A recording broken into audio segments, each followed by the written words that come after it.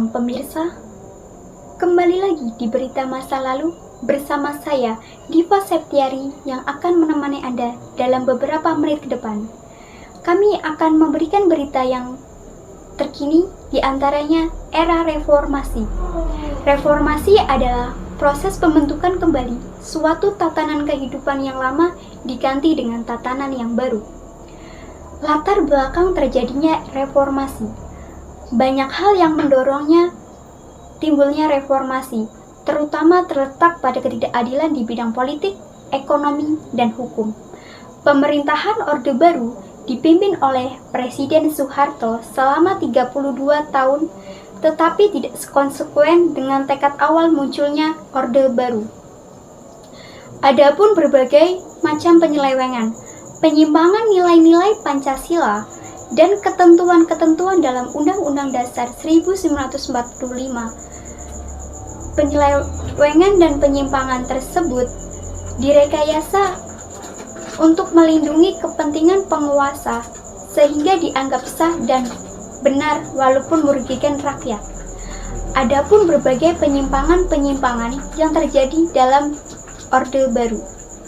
Ada 5 penyimpangan: krisis moneter, krisis hukum, krisis sosial, krisis politik, krisis kepercayaan. Tuntutan dan agenda reformasi.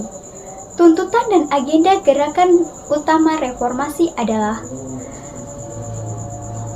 turunnya Presiden Soeharto dari jabatan presiden, melaksanakan amandemen Undang-Undang Dasar 1945, menghapus dui fungsi Angkatan Bersenjata Republik Indonesia, melaksanakan otonomi daerah seluas-luasnya, dan menghapus KKN, korupsi, kolusi, dan nepotisme.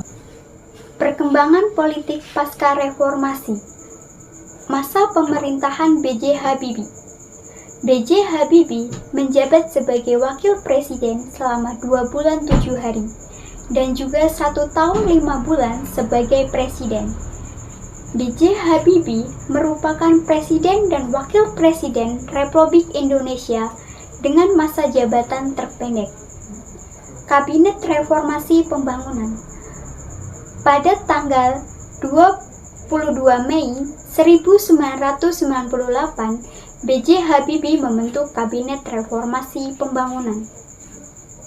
Kabinet ini terdiri dari berbagai elemen kekuatan politik dalam masyarakat, seperti ABRI, partai politik Golkar, PDI, dan P3, unsur daerah, golongan intelektual dari perguruan tinggi, dan swadaya masyarakat. Reformasi bidang politik. Pada bidang politik yang telah dilakukan adalah memberikan kebebasan kepada masyarakat untuk membuat partai politik dan rencana pelaksanaan pemilu untuk menghasilkan lembaga tinggi negara representatif. Pelaksanakan referendum Timor Timur. Pada tanggal 5 Mei 1999, Indonesia dan Portugal menandatangani paket otonomi Timor Timur yang membuka jalan 800.000 rakyat Timor Timur untuk menentukan masa depan. Tanggal 4 September 1999, dalam sidang Dewan Keamanan PBB, Kofi Annan mengumumkan 78% rakyat Timor Timur tidak setuju atau menolak paket otonomi penawaran dari Indonesia. Masa pemerintahan Kiai Abdurrahman Wahid. Masa jabatan Kiai Abdurrahman Wahid selama 2 tahun. Kiai Abdurrahman Wahid menjadi presiden pada tanggal 20 Oktober 1998 melalui sidang umum MPR dan berakhir pada saat dibentuknya Dewan Ekonomi Nasional atau DEN pada tanggal 23 Juli 2001. Presiden Kyai Abdurrahman Wahid didampingi oleh Wakil Presiden Megawati Soekarno Putri membentuk Kabinet Persatuan Nasional. Kabinet tersebut diumumkan pada tanggal 28 Oktober 1999. Kabinet ini terdiri dari sejumlah koordinator, menteri negara, sekretaris negara, dan jaksa agung. Masa pemerintahan Megawati Soekarno Putri. Masa jabatan Megawati Soekarno Putri antara 2001 sampai dengan 2004. Beliau menggantikan Kyai Abdurrahman Wahid sebagai presiden. Pengangkatan Megawati Soekarno Putri didasarkan pada TAP MPR nomor 11 MPR 2001. Kabinet Megawati Soekarno Putri. Kabinet Megawati diberi nama Kabinet Gotong Royong. Pada tanggal 9 Agustus 2001, kabinet ini memiliki 5 agenda.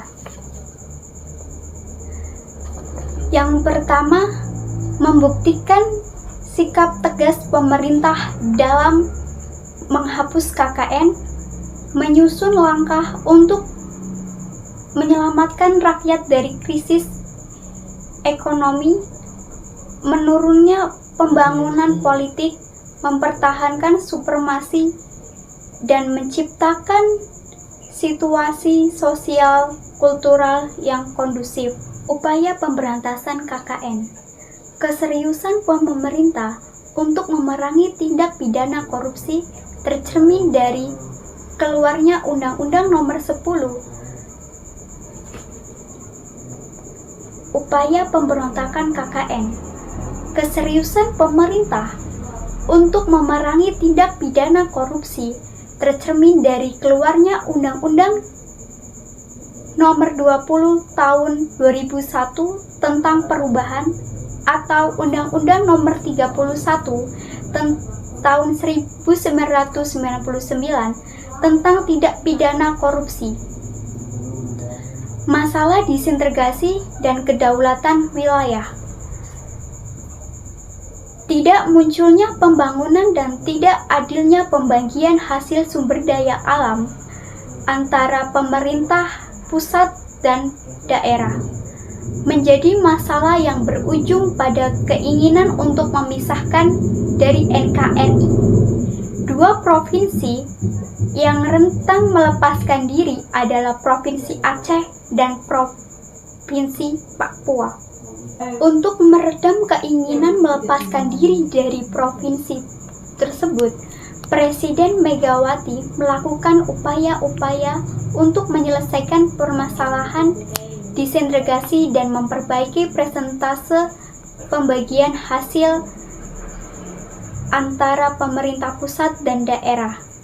Berdasarkan Undang-Undang Nomor 10 Tahun 2001 dan Undang-Undang Nomor 21 2001, baik Provinsi NAD dan Papua akan menerima 70% dan hasil pertambangan minyak bumi dan gas alam. Pemilihan Umum Indonesia 2004. Pemilu Indonesia 2004 berlangsung pada masa pemerintahan Megawati. Pemilu 2004 ini adalah pemilu pertama yang menggunakan rakyat untuk memilih presiden secara langsung. Pemilu 2004 dilaksanakan dengan asas langsung, jujur, bebas, adil, rahasia. Masa pemerintahan Susilo Bambang Yudhoyono, SBY dan Yusuf Kala dilantik oleh MPR sebagai Presiden dan Wakil Presiden Republik Indonesia ke-6 tanggal 20 Oktober 2004 berakhir pada 2014. Kabinet. Tidak lama setelah terpilih Presiden SBY sendiri segera membentuk susunan kabinet. Masalah disintegrasi. Presiden SBY berhasil merendam berbagai konflik di Ambon, Sampit, Aceh. Presiden Joko Widodo membentuk kabinet yang disebut Kabinet Kerja. Kemudian dilanjutkan menggagas program yang disebut Nawacita, yang merupakan 9 program yang mencakup visi dan misi Presiden Joko Widodo dan Wakil Presiden Yusuf Kala. Pemirsa, informasi tadi sekaligus menutup perjumpaan kali ini. Tak ada gading yang tak retak. Saya, Diva Septiari, pamit undur diri. Selamat malam.